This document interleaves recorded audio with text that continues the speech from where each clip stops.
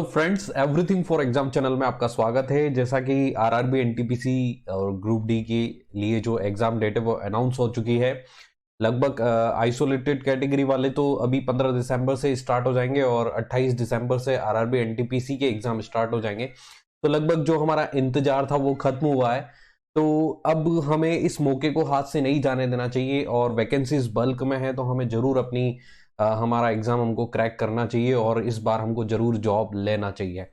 तो इसी बेसिस पे हम एक फेसबुक ग्रुप भी चलाते हैं जहां पर ज़्यादा से ज़्यादा हम क्वेश्चंस डालते हैं, ताकि और वही क्वेश्चंस एग्जाम में अगर आपको मिल जाते हैं गलती से, अगर आपको मान लीजिए कि 100 में से मेरे डाले हुए आपको 20 क्वेश्चन भी मिलते हैं, 20 या 30, तो आपके लिए कितना बड़ा बेनिफिट्स है। तो फ्रेंड्स, थैंक यू अगर आप हमसे कनेक्ट हैं और हमारी फेसबुक पोस्ट को भी देखते हैं और हमारी वीडियोस को भी देखते हैं, तो थैंक यू फ्रेंड्स। और आज हम बात करेंगे जनरल साइंस के टॉप एमसीक्यू की, और ये एमसीक्यू मैं आपके लिए कंटिन्यू लाता रहूंगा, कभी जनरल साइंस के, कभी जनरल अवेयरनेस के, कभी करंट अफेयर्स के। तो आप जरूर देखें, हो सकता है एग्जाम में आपको यहां से क्वेश्चन मिल जाए। तो आज हम बात करेंगे जनरल साइंस के टॉप एमसीक्यू की, तो हम चलते हैं आगे।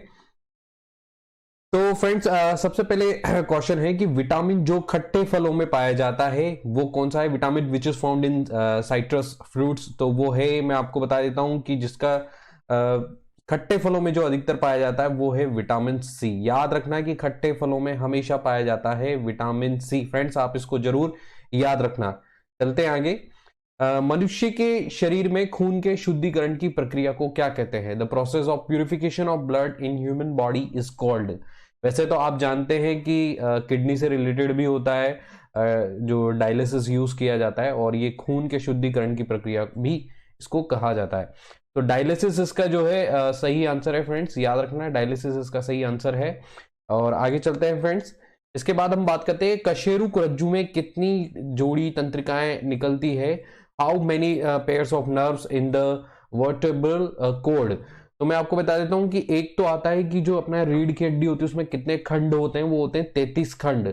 तो यहाँ पर जरूर कंफ्यूज होता है।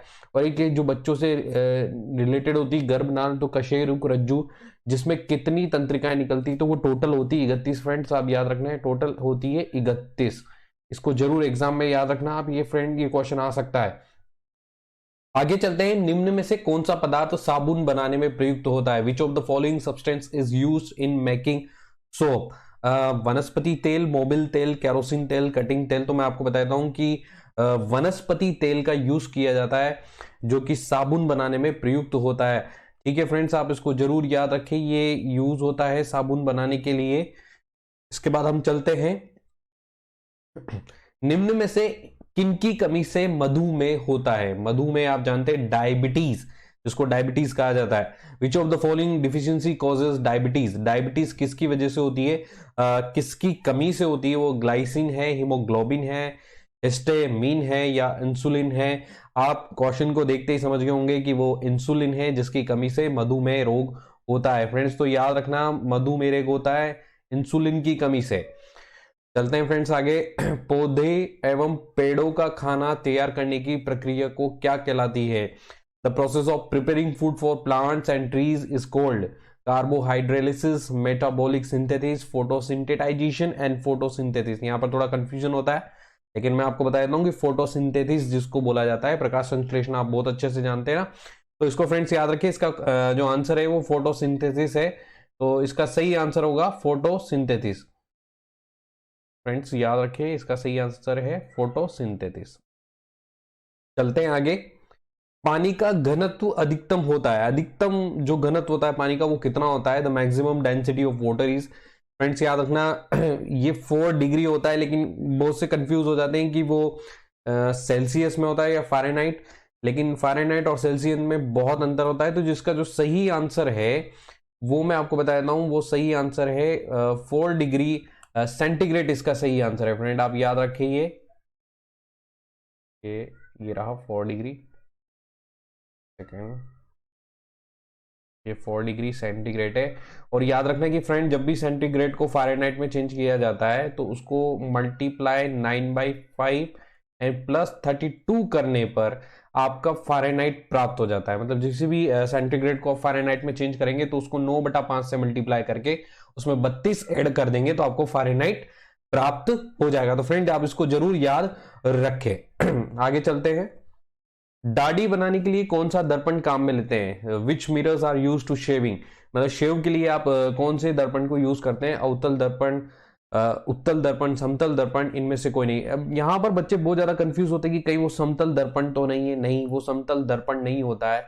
वो हजामती दाढ़ी बनाने के लिए ये जितने भी लाइट्स वगैरह, इनमें जितने भी जो दर्पण यूज होते हैं वो अवतल दर्पण यूज होते हैं। फ्रेंड्स आप इसको जरूर याद रखना, यहाँ पर अवतल दर्पण आंसर होगा। आगे चलते हैं। दूरदृष्टि निवारण के लिए काम में लेते हैं यूज, दूरदृष्टि निवारण के लिए काम में लेते हैं use for the prevention of hypermetropia. तो मैं आपको बता देता हूं कि जो दूरदृष्टि निवारण होता है उसमें आदमी को निकट का नहीं दिखता है और दूर का दिखता है, और जो निकट दृष्टि दोष होता है उसमें आदमी को दूर का नहीं दिखता है।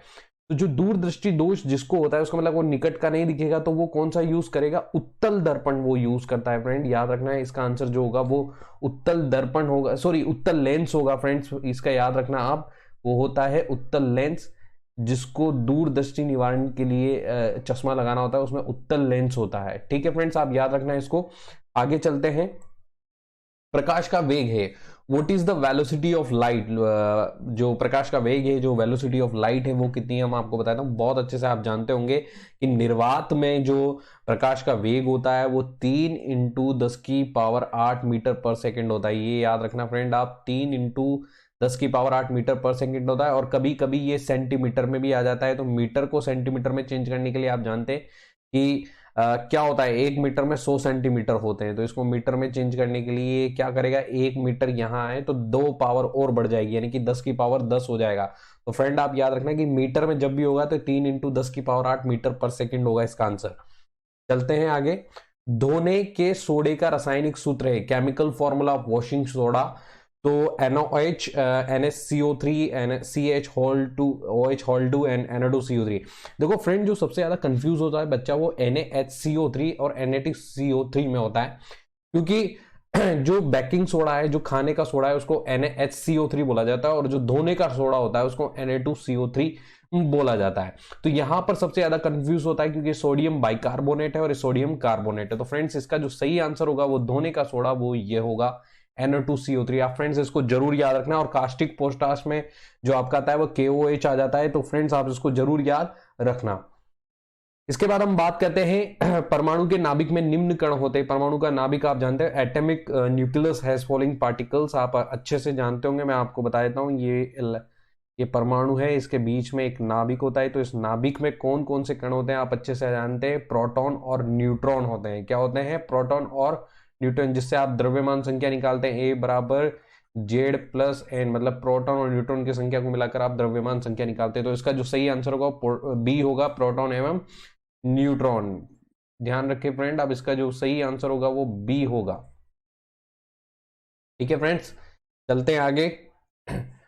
जैव विकास को सर्वप्रथम किसने समझाया था? The who first explain bio development? Bio development को सबसे पहले सिखाया था, समझाया था, वो था लेमार्क। फ्रेंड्स आप ये जरूर याद रखना है कि जैव विकास को सर्वप्रथम जिन्होंने समझाया था वो थे लेमार्क। लेमार्क ने सर्वप्रथम इसको समझाया था। फ्रेंड आप इसको जरूर याद रखना। और जैव उत्परिवर्तन को लेके बहुत सारे कंफ्यूज हो जाते हैं, जो कि आप जानते हो चार्ल्स डार्विन जिसको हम बोलते हैं, वहां पर ज्यादा लोग कंफ्यूज हो जाते हैं। लेकिन जैव विकास की बात आती तो वो लेमार्क ने समझाया था। निम्न रक्त वर्ग को सार्वत्रिक दाता होता है, मतलब कि यूनिवर्सल डोनर किसको कहा जाता है? यूनिवर्सल डोनर आप जानते हो कि जो कि सबको ब्लड दे सकता है, वो है O। इसका सही आंसर है O, जो कि सभी को ब्लड दे सकता है। AB जिसको सर्वग्राही कहा जाता है और सर्वदाता कहा जाता है, O को। फ्रेंड आप ये जरूर याद रखें। इसके बाद हम आगे चलते हैं। सूर्य, आगे चलते हैं फ्रेंड्स। सूर्य के प्रकाश को धरती की सतह पर पहुंचने में लगने वाला लगभग समय है, what is the time taken for sunlight to reach the surface of the earth? तो इसमें वो टाइम जो आप बहुत अच्छे से रट लीजिए, याद रख लीजिए, वो है 8.3 मिनट। सी इसका सही आंसर होगा। फ्रेंड आप याद रख लीजिए, ये सही आंसर होगा 8.3 मिनट, जो कि आप अच्छे से याद रखना कि सूर्य के प्रकाश को धरती पर पहुंचने में लगता है 8.3 मिनट। इसके बाद हम बात करते हैं सर सीवी रमन को भौतिक का नोबेल पुरस्कार प्राप्त हुआ था। Sir CV Raman received the Nobel prize for physics, physics के लिए, भौतिक के लिए उनको मिला था, वो मिला था 1930 में। आप फ्रेंड याद रखना ये 1930 में उनको नोबेल पुरस्कार मिला था। और मैं आपको बताता हूं कि सीवी रमन जो है वो फिजिक्स में उन्होंने अपने कुछ अनुसंधान किए थे, इसकी वजह से रमन इफेक्ट जो फेमस है, रमन प्रभाव, वो सीवी रमन के नाम पर ही है और इस रिसर्च के बेसिस पर ही उनको नोबेल पुरस्कार मिला था 1930 में।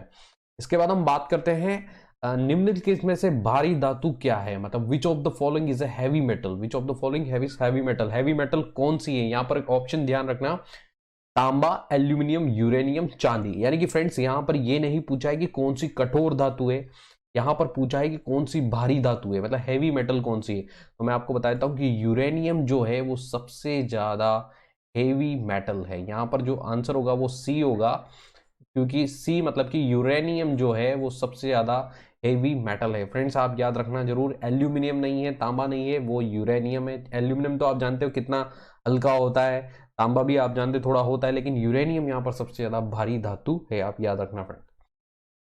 इसके बाद हम बात करते हैं फ्रेंड निम्नलिखित में से कौन सा वैकल्पिक ऊर्जा का सबसे बड़ा स्रोत है। Which of the following is the largest source of alternative energy, मतलब अल्टरनेटिव एनर्जी के रूप में कौन सा सबसे ऊर्जा का सबसे बड़ा स्रोत है। क्या वो सौर ऊर्जा है, ज्वारीय ऊर्जा है, परमाणु ऊर्जा है या भूतापीय ऊर्जा। आप बहुत अच्छे से जानते हैं कि सबसे बड़ा स्रोत अगर कोई वैकल्पिक ऊर्जा का है, अल्टरनेटिव एनर्जी का है, तो वो सौर ऊर्जा है जो उनको सूर्य से मिलती है। फ्रेंड आप इसको जरूर याद ना, और आप मेरे ख्याल से आप इस क्वेश्चन को एग्जाम में राइट भी करेंगे।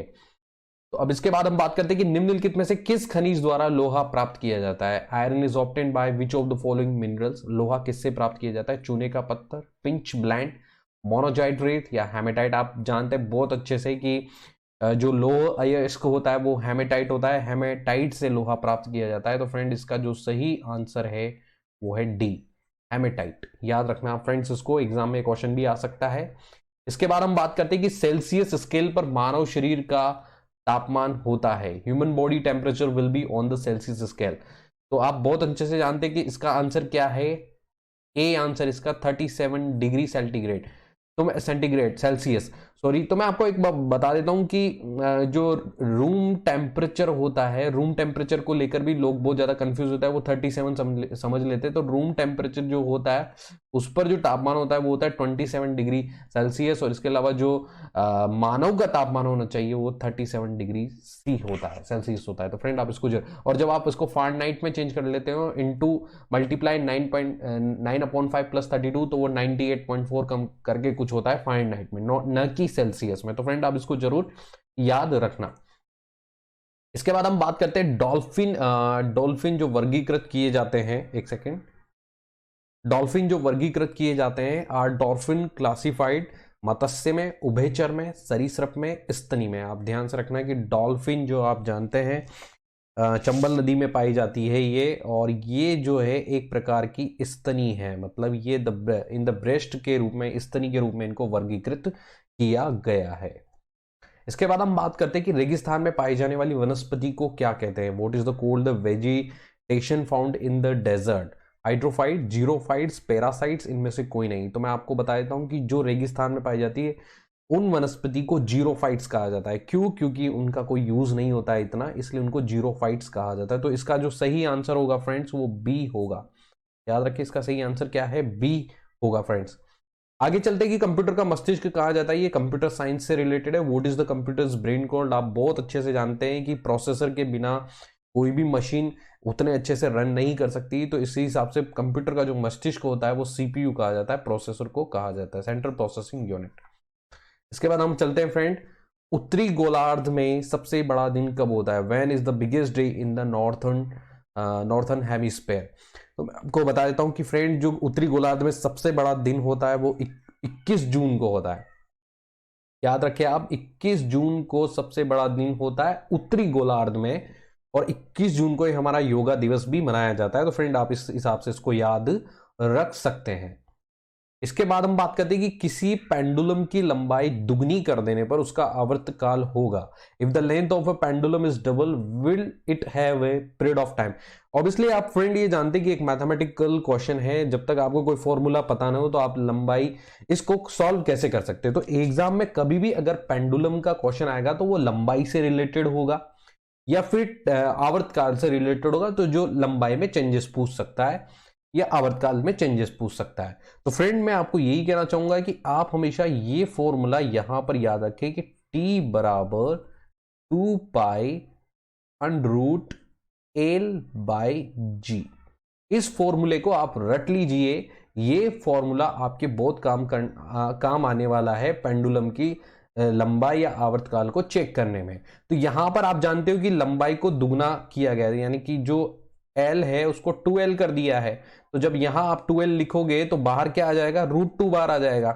तो इस हिसाब से जो गुना होगा वो √2 गुना बढ़ जाएगा। तो फ्रेंड इस हिसाब से इसका आंसर क्या होगा, डी होगा। आप इसे जरूर याद।